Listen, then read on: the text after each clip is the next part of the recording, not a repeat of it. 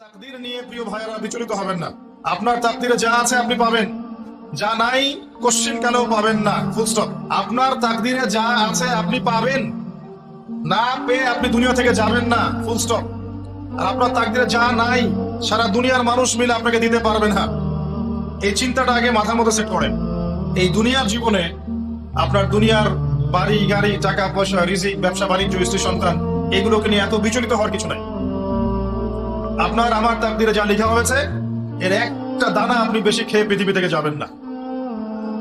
আর আপনার আমার রিজিকে যা আছে তার এক চুল রেখে আপনি দুনিয়া থেকে যাবেন না। এটাই চূড়ান্ত সত্য কথা। আপনি ঘুষ খান আর সুদ খান আর দুর্নীতি করেন আর মানুষের সম্পদ আত্মসাৎই করেন না কেন, যতটুকু লেখা আছে আপনার তাকদীরে এর বেশি আপনি কিচ্ছু পাবেন না। আর আপনি হালালে থাকার জন্য যতই কষ্ট করেন, হালালে আছেন, সবজি বিক্রি করে খাচ্ছেন, আপনি ছোটখাটো ব্যবসা করছেন, মানুষ আপনাকে দাম দেয় না, আন্ডারস্টিমেট করে, গরিব বলে, ফকির মিসকিন বলে, কিন্তু আপনার তাকদীরে যা আছে আপনি সেটাই পাবেন, এর বেশি আপনি কিচ্ছু পাবেন। হুয়াল আউয়ালু ওয়াল আখির, আল্লাহ পাক প্রথম এবং আল্লাহই শেষ। কুল্লু মান আলাইহা ফান ওয়া ইয়াবকা ওয়াজহু রাব্বিকা যুল জালালি ওয়াল ইকরাম। প্রত্যেকটা বিষয়ে ফানা হয়ে যাবে, কিচ্ছু থাকবে না। এখন আপনি পৃথিবীতে যা দেখছেন এগুলোর কিছুই থাকবে না। প্রত্যেক মানুষ, প্রত্যেকটা জিন, প্রত্যেক উদ্ভিদ, প্রত্যেক এই প্রাণী, আকাশ, মহাবিশ্ব, গ্রহ নক্ষত্র, চন্দ্র সূর্য, সমুদ্র, পাহাড় পর্বত, বিশ্বনেতা, রাষ্ট্রনেতা, সমাজ নেতা, পরিবারের কর্তা, অর্থনৈতিক নেতা, সবাই মারা যাবে, সবাই শেষ হয়ে যাবে, কিচ্ছু থাকবে না। এই বিষয়টা আগে ভালো করে হজম করতে হবে যে আমরা এখানে থাকতে আসিনি, আমরা এই দুনিয়ায় থাকতে আসিনি, আমরা এখানে এসেছি চলে যেতে। যার মনের মধ্যে এই কনসেপ্ট থাকে সে কখনো আল্লাহ পাকের বিদ্রোহী হতে পারে না, সে কখনো আল্লাহ দ্রোহিতা করতে পারে না, কুফরি করতে পারে না, শিরক করতে পারে না, আল্লাহর অবাধ্য হতে পারে না। যার মনের মধ্যে এই চিন্তা বদ্ধমূল যে আমি এখানে থাকতে আসিনি, আমি এখানে মুসাফিরের মতো এসেছি, গাছের ছায়া বিশ্রাম নিচ্ছি, বিশ্রাম নিয়ে শেষ হবে চলে যাব। যারাই আল্লাহ দ্রোহিতায় লিপ্ত হচ্ছে, শিরক করছে, বেদাত করছে, হারাম খাচ্ছে, ঘুষ খাচ্ছে, সুদ খাচ্ছে, জিনা করছে, আল্লাহ দ্রোহিতা করছে, আল্লাহর বিধানকে অস্বীকার করছে, তারা ইনডাইরেক্টলি ধরে নিয়েছে যে তারা মনে হয় পৃথিবীতে চিরকাল থাকবে। কারণ যদি কিয়ামতের মাঠের কথা তাদের স্মরণ থাকতো তারা কখনো এই কাজগুলো করতে পারতো না, পারতো? এবার আসেন, আল্লাহ পাক কলম সৃষ্টি করে তাকদীর লিখেছেন, অতএব তাকদীর নিয়ে প্রিয় ভাইয়েরা বিচলিত হবেন না। আপনার তাকদীরে যা আছে আপনি পাবেন, যা নাই কোশ্চেন কালেও পাবেন না, ফুল স্টপ। আপনার তাকদীরে যা আছে আপনি পাবেন, না পেয়ে আপনি দুনিয়া থেকে যাবেন না, ফুল স্টপ। আর আপনার তাকদীরে যা নাই সারা দুনিয়ার মানুষ মিলে আপনাকে দিতে পারবে না। এই চিন্তাটা আগে মাথার মধ্যে সেট করেন। এই চিন্তা যার মধ্যে ইনস্টল করা আছে সে আত্মহত্যা করে না কখনো, সে হতাশ হয় না কখনো, সে ভয় পায় না, আল্লাহর পথে চলতে গিয়ে পিছু পা হয় না, সে জালেমের সামনে মাথা নত করে না। যার মাথায় এই চিন্তা আছে যে আল্লাহ যা লিখেছেন এটা হবে, যা লিখেন নাই সারা দুনিয়ার মানুষ মিলে সেটা হবে না, সিম্পল। এর মধ্যে আল্লাহ পাক পরীক্ষায় ফেলবেন, ওই বিষয়টা ডিফারেন্ট। আমি অবশ্যই তোমাদেরকে পরীক্ষা করব ভয় দিয়ে, ক্ষুধা দিয়ে, সন্তানের কি ইন্তেকাল দিয়ে, ফসলের ক্ষতি দিয়ে, সম্পদের ক্ষতি দিয়ে আমি পরীক্ষা করব।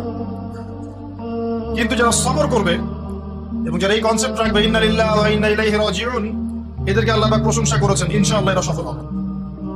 আল্লাহ পাক তাকদীর লিখে ফেলেছেন, তাকদীর নিয়ে টেনশন করবেন না, রিজিক নিয়ে টেনশন করবেন না। এখনকার যুব সমাজের সবচেয়ে বড় টেনশন রিজিক। একটা জব, একটা ভালো জব, একটা ভালো ব্যবসা, সে সিকিউর লাইফ চাচ্ছে, রিজিক নিয়ে চিন্তা করবেন না। আপনার কাছে যে রিজিক আছে এটা আপনার কাছে আসবে ইনশাআল্লাহ। হয়তো সময় লাগছে কিন্তু আপনার কাছে আসবে ইনশাআল্লাহ। আপনি হালালের উপর থাকবেন, ন্যায়ের উপর থাকবেন, আপনি অন্যায় পথে রিজিক সার্চ করবেন না। আপনার তাকদীরে যে রিজিক আছে আপনার কাছে আসবে ইনশাআল্লাহ। এবার আসেন, আল্লাহ পাক এরপরে সৃষ্টি করেছেন মহাবিশ্ব, এই পুরো মহাবিশ্ব। তাকদীর লেখার পরে মহাবিশ্ব কয় দিনে? ফি সিত্তাতি আইয়াম, 6 দিনে। মাত্র 6 দিনে আল্লাহ পাক পুরো মহাবিশ্ব সৃষ্টি করেছেন। هو الذي خلق السماوات والأرض في 6 أيام ثم استوى على العرش সূরা হাদীদের মধ্যে একটা আছে, তিনি সেই আল্লাহ যিনি এই মহাবিশ্ব সৃষ্টি করেছেন 6 দিনে, এরপরে আরশের উপর সমাসীন হয়েছেন। আল্লাহ পাক এর একদিন আমাদের একদিনের মতো নয়, বরং কিয়ামতের মাঠে যেদিন আমরা দাঁড়িয়ে থাকবো এই দিনটা হবে আল্লাহর হিসেবে 50,000 বছরের সমান। মানুষ অস্থির হয়ে থাকবে, বিচার শুরু হচ্ছে না কেন। অপেক্ষা করা কাজটা খুব যন্ত্রণাদায়ক, তাই না? কারো জন্য অপেক্ষা করে আছেন, 1 ঘন্টা পর আসবে, এলো না, আপনি অস্থির হবেন। 2 ঘন্টা পরে এলো না, 10 ঘন্টা পরে এলো না, আপনি অস্থির হবেন, পায়চারি করবেন, বই পড়বেন, নাস্তা খাবেন, হাঁটাহাঁটি করবেন, আপনি ব্যাকুল হয়ে যাবেন। অপেক্ষা করা একটা ডিফিকাল্ট কাজ। কিয়ামতের মাঠে মানুষ 50,000 বছর অপেক্ষা করবে, বিচার শুরু হচ্ছে না কি জন্যে। সবাই গিয়ে ধন্না দিবে, প্রথমে আদম আলাইহিস সালাম, তারপরে নূহ আলাইহিস সালাম, ইব্রাহিম, মুসা, ঈসা আলাইহিমুস সালাম।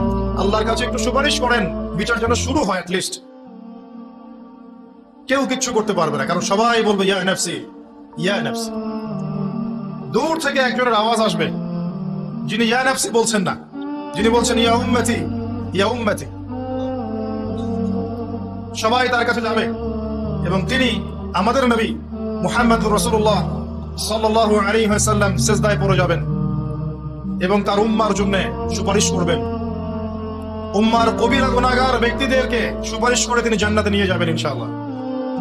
আল্লাহ তাকে ওয়াদা করেছেন, হে নবী, তোমার উম্মতের কোন ব্যক্তি যদি শিরক না করে আমার সামনে উপস্থিত হয় আমি তাকে মাফ করে দেব ইনশাআল্লাহ। হাদিসে কুদসির মধ্যেও আছে যে হে আদম সন্তান, তুমি যদি দুনিয়ার সমান পাপ নিয়ে, আসমান জমিন সমান পাপ নিয়ে আমার সামনে দাঁড়াও, কিন্তু আমার সাথে কাউকে শরীক করনি, তাহলে আমি আল্লাহ তোমার সামনে আসমান জমিন সমান ক্ষমা নিয়ে উপস্থিত হব ইনশাআল্লাহ।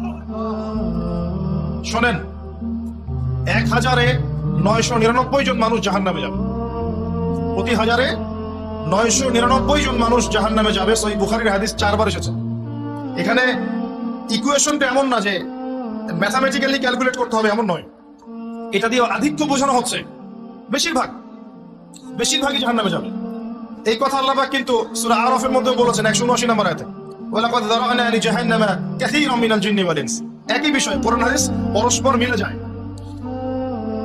এখানে একটা বিষয় বুঝতে হবে, আল্লাহ পাক বলেছেন সূরা নিসার মধ্যে, ইন্নাল্লাহা লা ইয়াগফিরু আন ইউশরাকা বিহি ওয়া ইয়াগফিরু মা দুনা যালিকা লিমান ইয়াশা। আল্লাহ পাক তার সাথে শিরকের গুনাহ মাফ করবেন না, এছাড়া যে কোনো গুনাহ আল্লাহ পাক যাকে ইচ্ছা মাফ করতে পারেন। তার মানে যে বেশিরভাগ মানুষ জাহান্নামে যাচ্ছে, তাদের আমলনামায় কোন পাপ থাকতে পারে? কথা বোঝা যাচ্ছে কি? নিঃসন্দেহে তাদের আমলনামায় শিরকের পাপ থাকবে। এটা বুঝতে আপনাকে পিএইচডি করার দরকার নাই। আল্লাহ পাক শিরক ব্যতীত যে কোনো পাপ যাকে ইচ্ছা মাফ করতে পারে। তার মানে তারা জাহান্নামে যাচ্ছে বিকজ অফ শিরক।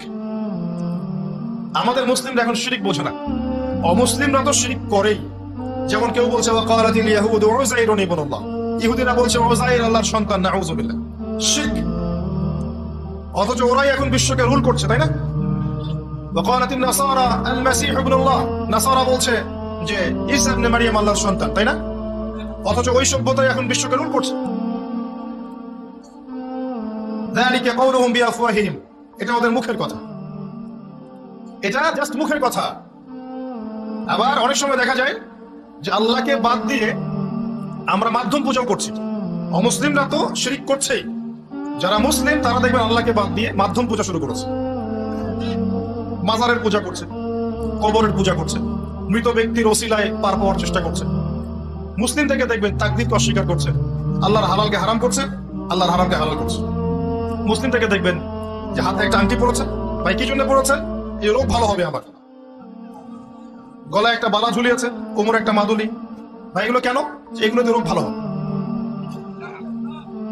মুসলিমদের কথা বলছি, অমুসলিমদের কথা বাদ দেন। যারা বলছে আল্লাহর সন্তান আছে, ওদের কথা তো বলার দরকার নেই আমাদের, কারণ এগুলো স্পষ্ট শিরক। তবে এতটুকু বলি যে 25শে ডিসেম্বর যারা বলেছে মেরি ক্রিসমাস, বলেছে না? 25শে ডিসেম্বর যারা বলেছে মেরি ক্রিসমাস মুসলিমদের মধ্যে, এরা স্বীকার করে নিয়েছে যে ওই দিন আল্লাহ রাব্বুল আলামিন ঈসা আলাইহিস সালামকে জন্ম দিয়েছেন। নাউযুবিল্লাহ, নাউযুবিল্লাহ মিন যালিক।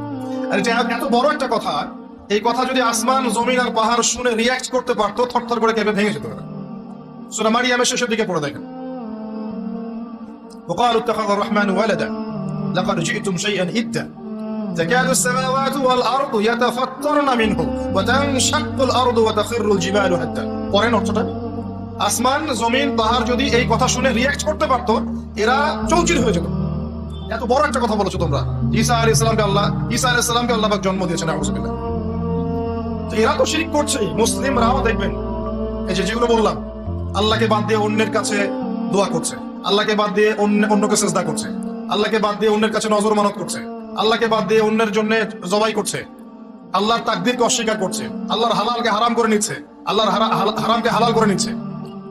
দেখবেন মুসলিমরা করছে। এবার মুসলিম জেনারেশন এমন একটা প্রজন্ম বের হয়েছে এখন, ইয়াং জেনারেশনের, তারা বলছে যে এই মহাবিশ্ব বিগ ব্যাং থেকে সৃষ্টি হয়েছে, আল্লাহ বলতে কিছু নাই। আপনি বোঝেন কি কারণে প্রতি হাজারে 999 পিপল জাহান্নামে কেন যাবে? কারণটা কি? শিরক। আর এই শিরকটা হচ্ছে আপনার চিন্তায়, আপনার কথায় এবং আপনার কাজে। চিন্তার মধ্যে শিরক। যেমন একজন ব্যক্তি চিন্তা করে আকীদা যে আল্লাহ ছাড়া অমুকও সন্তান দিতে পারে, এরকম আকীদা নাই মুসলিমদের? আছে।